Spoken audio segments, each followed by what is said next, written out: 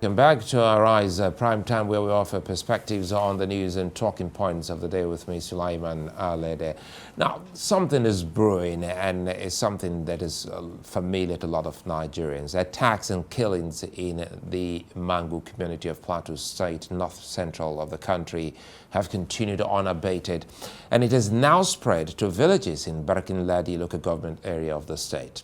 In the latest spate of attacks, over 20 people were killed, with residents now living in fear. Let's cross live to Plateau State and speak to Markus Artu. He is the Transition Committee Chairman, Mangu Local Government Area of Plateau State. Markus, good to see you, and thanks for your time. Not too good a moment for many living in your community and surrounding villages. Tell us exactly what this is about this time.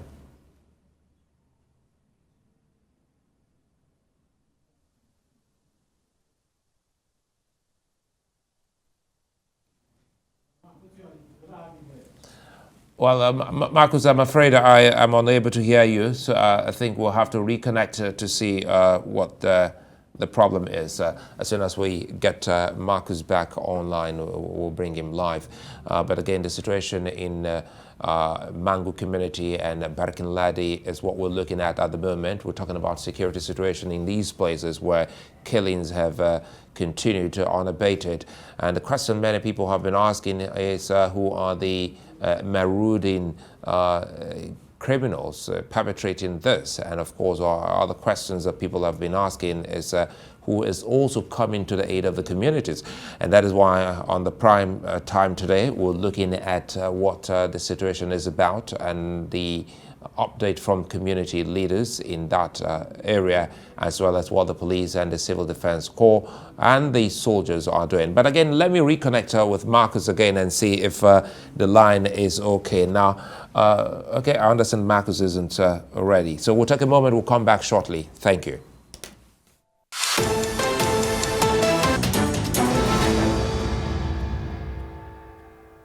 Let's give it another shot as we go back to Markus Artu, who is a community leader, to give us an update concerning the resurging violence and killings in Mangu community. Markus, I hope you can hear me now. If you can, please update us on the situation in your community. Yeah, Suleiman, thanks very much for having me. Like I said earlier, the incident in Haipan was one that was quite depressing and regrettable too, considering how much effort has been put in place by His Excellency to ensure that normalcy and peace return. One would have thought that considering the effort, you would recall that as soon as His Excellency took over, he visited the then service chiefs, to galvanize and mobilize support and to draw attention to the killings on the plateau. Even when the new service chiefs came in, he made the trip again to make the point that there was a need for an urgent and drastic step to be taken. And we thought that yielded some fruits, because you would also recall that the Chief of Army Staff was in Mangu, the Inspector General was there, the Commandant General of the Nigerian Security and Civil Defense, and so the whole intention was to have an interface with the people and to see how we can collectively find a common ground. The security challenge, and that not only that, the GOC of 3 Armored Division, the commander of this, who is also the commander of the Operation Surveillance here in Jos, relocated his headquarters to Mangu, and for a month or so, we had some respite because, of course, he engaged with different layers of the communities, women, youth, the elderly, the community leaders, religious leaders, and And we thought that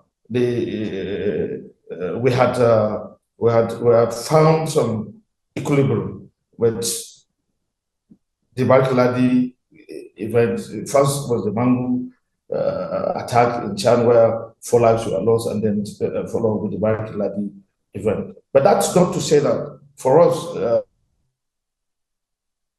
as a government, we remain committed, we remain focused to seeing that the security challenge bedeviling our state is brought to an end.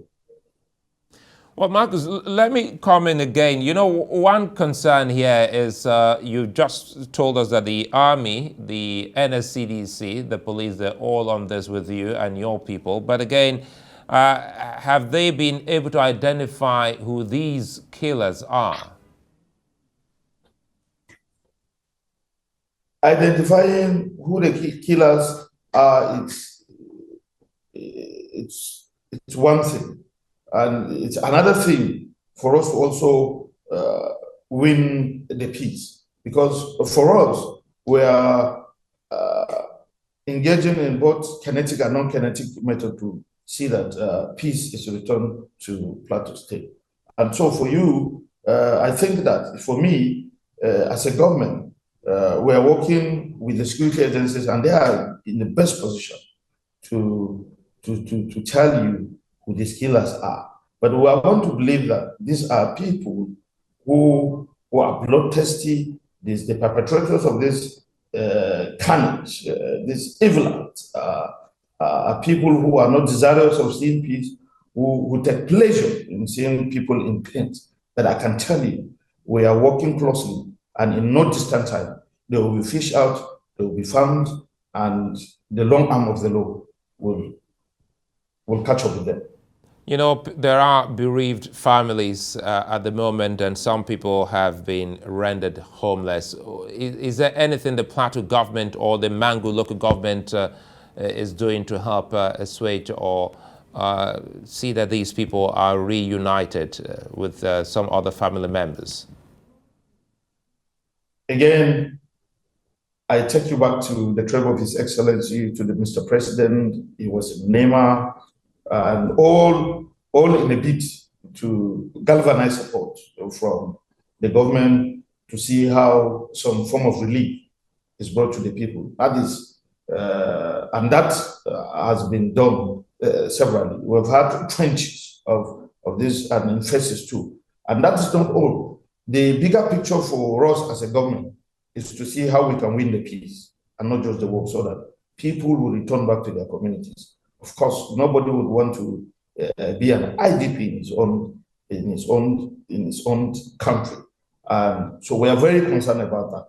And the best way to go about it is for us to ensure that we bring our people on the table, we engage the people, and I can tell you that effort is ongoing. That conversation is ongoing, because just most recently, some of these community leaders were invited by the Peace Building Agency, all in a bid to sensitize people to also see how we can embrace peace, because we recognize the need to have peace. And the best way to do it is for the people to own the peace process. And when that is done, I can tell you that government is definitely. And for us, of course, some of these communities, we have done heavy deployments there to ensure that safety and security is guaranteed. And it's an ongoing process, and that government will continue to do until each and every IDP is returned and safely back to its place of abode. Markus, speaking of which, you said peace is something that must be brought to these communities. If you bring in people to the table to discuss and bring about the much needed peace, it then means these are identified leaders. So who are those you're speaking to at the moment? We're speaking to community leaders, we're speaking to youth groups, we're speaking to religious leaders, we're speaking to virtually all women, all segments of the society. Because for us, we have done a mapping of the stakeholder process, and the question we have asked ourselves, who is supposed to be on the table that is not? because we believe that inclusiveness is key to driving this process. Because if you bring in all the people that need to be there, of course, we're talking to virtually, because we believe that every citizen of this state has a role to play. And so we're engaging all the stratas of the society.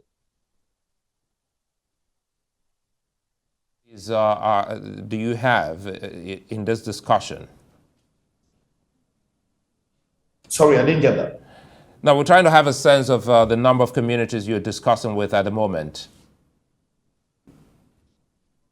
I'm talking about leaders of communities. We're talking of stakeholders that are critical to the peace process. Of course, you can't talk about peace process without getting religious traditional rulers involved, youth groups, women, cultural organizations that are directly involved, because we believe that each and every part has a key role to play to ensuring that peace is returned to our communities. Markus Artu, I'd like to thank you for your time.